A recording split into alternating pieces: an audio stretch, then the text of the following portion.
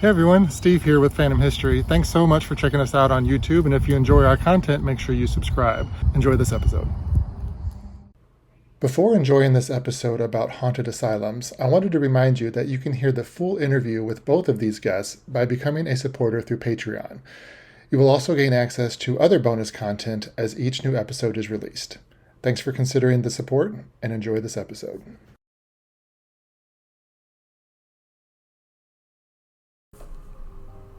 Some refer to it as the death chute. Others simply call it the body tunnel. And both names are suitable for very good reasons. The angled concrete slope beneath the earth is where the bodies of patients who had succumbed to tuberculosis were transported from their rooms on the 3rd and 4th floor patient quarters. Waiting for them at the bottom were hearses and vans, far away from the peering eyes of the surviving residents. As Eric Vanderland sat in that notorious death chute, surrounded by darkness and silence, he waited and listened patiently for some sign that the spirits of those who once called Waverly Hills Sanatorium home were still present. Within moments, Eric got exactly what he was hoping for when he heard a loud, deep gasp for breath right next to his ear. His closest colleague was at least 500 feet away. I'm Steve Blanchard. Welcome to Phantom History.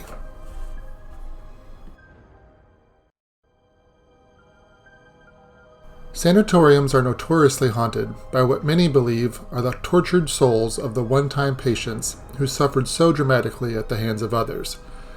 Some believe those caring for the ill or disabled were doing the best they could with the technology made available to them. Others, they say, simply enjoyed being in control of others who couldn't fend for themselves. Waverly Hills Sanatorium outside Louisville, Kentucky, and Pennhurst State School in Spring City, Pennsylvania, are just two of the many institutions in the United States with a troubling past and a very haunted present. Despite having its doors shuttered more than 40 years ago, the state of the Waverly Hills institution is still immaculate, considering its complicated and long history. Eric Vanderland, team leader for War Party Paranormal, an investigative team out of South Florida, was surprised at the building's condition when he and his team investigated it in the spring of 2021. It's one of the cleanest places I've ever been to. It's very tidy. It looks old, but they take really good care of it. Like, you can almost eat off the floor. Like, there's no dust, there's no dirt. Everything looks old, but it's clean. They keep it very tidy all throughout the building. It almost, like, the vibe you feel there, like, it's not like menacing, it's more like sadness to me. Waverly Hills opened in 1926 as a hospital to treat tuberculosis patients of all ages just outside of Louisville, Kentucky. Pennhurst State School and Hospital was constructed nearly 2 decades earlier as a place to keep the, quote, feeble-minded and epileptic people of the state. Its structure hasn't fared as well as Waverly Hills over the years, and many of the original buildings have been destroyed. That may be for the best, according to Marty Siebel, director and founder of Black Raven Paranormal, based in Stanton, Virginia. It's one of the worst of the worst. It was actually shut down in 1988 for neglect, abuse, just cruelty. It was overcrowded, short-staffed. You had kids lying in cribs, 5 and 6 years old, couldn't walk. It was for all ages. So it started out with just children, but after a short period of time, and this was established in the early 1900s, it started out with good intentions to take on children, but eventually they got overcrowded, and then they were taking in anybody, inmates, adults, you name it, and they got overcrowded. And then you got abuse that comes in because some of the people that work there, they can treat anybody anyway and get away with it, and basically they did for a long time. They had a history of abuse all the way up to the time they closed. While both Waverly Hills and Pennhurst were constructed for different reasons, both share a very similar history. Both were built with the intent of keeping those who resided within away from the public and out of eyesight. At its peak, Waverly Hills could accommodate more than 400 patients, and it was considered one of the most well-equipped and modern tuberculosis hospitals in the country. That was until a tuberculosis cure was discovered in 1961 and the facility quickly became obsolete. But the Gothic-style building wasn't done housing patients. It reopened a year later in 1962 as the Woodhaven Medical Services Building, a nursing home. That geriatric facility was closed by the state in 1981. Pennhurst was created by the Pennsylvania legislature shortly after the turn of the 20th century and was required to accommodate no fewer than 500 inmates or patients, with plenty of room for additions. Residents were classified into mental categories of imbecile or insane, into physical categories of epileptic or healthy, and into dental categories of good, poor, or treated teeth when admitted. Within 4 years of operation, Pennhurst was already overcrowded and under pressure to admit immigrants, orphans, and criminals. Some estimate that more than 5,000 died while under the care of the staff at Pennhurst. Records for Waverly Hills chronicle more than 50,000 deaths. It's no wonder both are major locations for paranormal investigations. The one section of Waverly Hills is open to the part where, it's all run down. They have the patient rooms, but then there's another section where it's all updated, and there's offices, there's lounges, there's bathrooms, there's electricity, and you go through these double doors. So it was weird. We were going through the walkthrough, and I'm looking at these double doors, and they have the little windows in the doors. And I see like a figure of a head, someone was peeking through the window, and I'm like, that's weird. So I start walking closer towards the door, and there was no one there, and there was brown paper covering the window, so there couldn't have been a head there. So I thought that was weird. So I saw a shape of a head, almost peeking through the window. The renovated and more modern sections of the building have been restored since new owners took over the property in 2001. Around that same time, the Waverly Hills Historical Society began its preservation efforts, which is why the building is so clean, even in the areas untouched by modern conveniences. According to Eric, electricity is used sparingly, and the second, third, fourth, and fifth floors remain in the dark. But the War Party paranormal team still heard activity they just couldn't explain. I heard a bell, and I'm like, where did that bell come from? And I'm walking around, I couldn't find anything, and I was talking to one of the people there, and they're like, oh yeah, because the elevators there haven't been working in years, and they don't work. There's one elevator, and it goes through each of the floors all the way up. Every now and then we'll hear the elevator doors open, and you'll hear that bell go off. So that was really odd, and it was clear as day. That defunct elevator likely saw many souls pass through its doors, both as a vehicle to transport tuberculosis patients and later the elderly. Before the team even knew that the sounds of a functioning elevator, despite the lack of electricity, was par for the course in the building, investigators caught signs of activity near those elevator doors with their technology. The one thing I did get was I was getting a lot of EMF and static. I have a device called a meter that measures electromagnetic frequency, and it also has an antenna, and that antenna builds a field of static. So if anything breaks that field of static, it'll alarm with lights and noise. That thing was going off like crazy in that area. While the meter was helpful to Eric and his team, he didn't need any equipment to quickly learn that something he couldn't see, accompanied him to what is likely the most famous area of Waverly Hills Sanatorium, the Body Chute. The Body Chute, or Death Tunnel as some call it, is a sloped concrete pathway that leads from the towering, menacing building 525 feet down to the bottom of a hill. There, the patients who had succumbed to tuberculosis and complications from the disease would await transportation to gravesites and crematoriums, far out of the eyesight of patients and staff still housed within. Paranormal investigators often report findings in the darkened tunnel, and War Party Paranormal was no exception.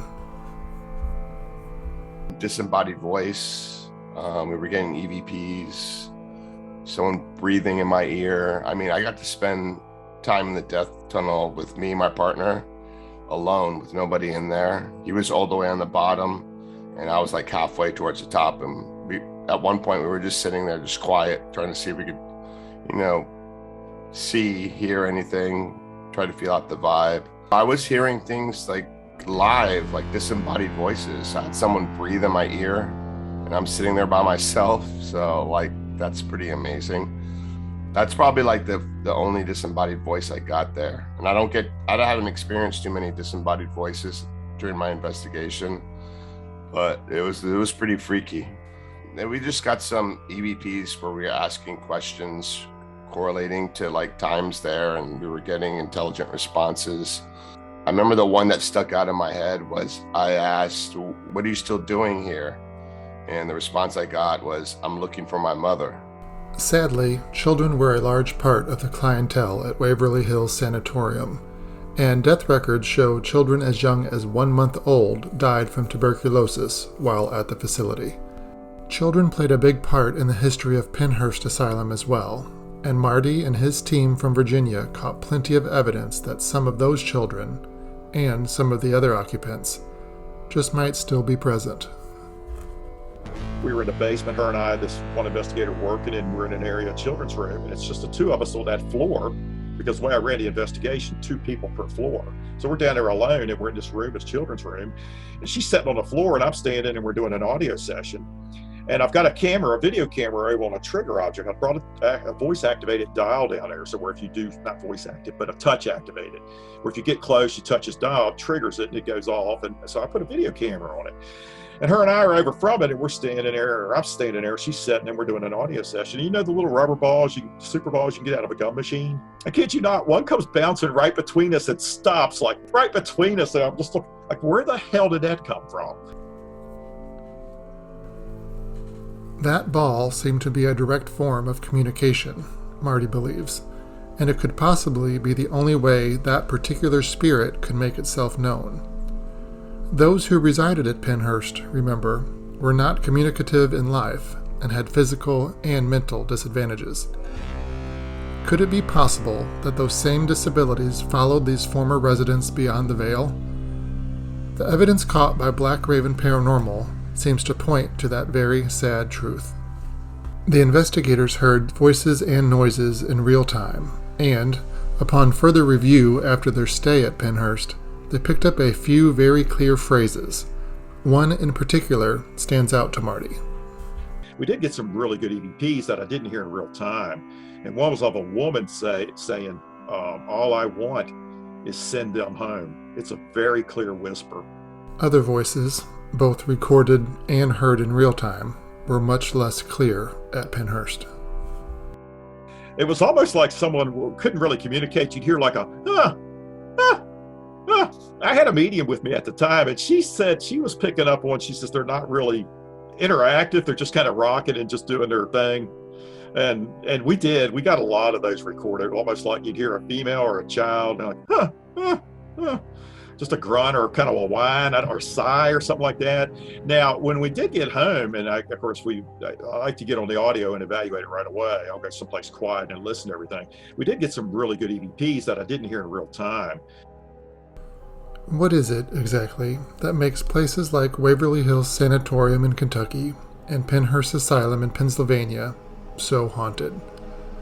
Both facilities were built with the intent to help those who were unable to take care of themselves, whether because of disease or mental and physical disabilities. Both locations, it seems, had good intentions, yet both were forced to close after truths about their care were exposed to the public. Both Eric and Marty have their theories about the hauntings of these locations, and both seem to directly connect to what those souls experienced in life and what they seem to cling on to in death. Eric believes that the trauma tuberculosis patients experienced at Waverly Hills has a direct tie into why so many spirits still linger in the building. Trauma, like maybe they passed away too soon, maybe they weren't ready to go yet, and they're still stuck there. The thing is, with the afterlife and spirits, it's really hard. Nobody's an expert in this field, and no one ever will be until they die and go to the other side, right? Knowing that the spirits of those who were so mistreated in life could be trapped in the same space, even in death, makes Marty uncomfortable. But trauma, he says, is powerful. It can hang onto our souls long after our bodies stop breathing. I think more of it's just a situation of some of the experience they went through, some of the trauma. And basically, to me, it's almost like they're trapped there. And I hate to see that. I mean, I hate that somebody's trapped or stuck in an environment like that. But that would be my, I think so much with the trauma, anything from the way they were treated and abused to some of the practices that were done back then, electric shock therapy, lobotomy, stuff like that. Even insulin-induced comas, hydrotherapy. We talked about all that. I think that's a big part of it. We know stories that at Pennhurst, if a patient bit someone, they were warned one time, and after that, if they bit another patient or anybody else, they had their teeth pulled. And if need be, all of them. Stuff like that. There were sexual things between staff and stuff that abused patients that, I can get away with it because nobody's going to believe so-and-so. Pennhurst was specifically designed to be out in the way so you didn't know what was there, to keep these people out of view and away from the public and the perception with it. During life, many patients in facilities like Waverly Hills and Pennhurst never got a chance to have their stories fully told. Perhaps those souls still lingering simply want to remind us that they were here, that they lived, and that their experiences are still impacting them, even in death. Thank you to Marty Siebel of Black Raven Paranormal in Virginia and Eric Vanderland of War Party Paranormal in Florida for taking time to share their experiences and investigations with me for this episode. Music for this episode is provided by Shane Ivers of Silverman Sound Studios. Remember, you can follow Phantom History on Instagram, Facebook, Twitter, and TikTok, and stay up to date on new releases and locations for future episodes. And remember, you can support the podcast by becoming a Patreon supporter, where you will gain access to bonus content, full interviews, and more. Please consider giving Phantom History a 5-star rating on whatever podcast platform you use. And as always, thank you for listening. Hey, Steve here. Thanks so much for checking out that content. And before you go, I wanted to let you know that if you become a supporter of the podcast through Patreon, you'll gain access to bonus content. And if you subscribe to our newsletter at phantomhistory.com, we will let you know when that bonus content becomes available and when a new episode drops. And one more thing, I'm always looking for ideas for future episodes. So if you have an experience or a location you think that I should focus on, please let me know through the website, or you can email me directly at podcast@phantomhistory.com.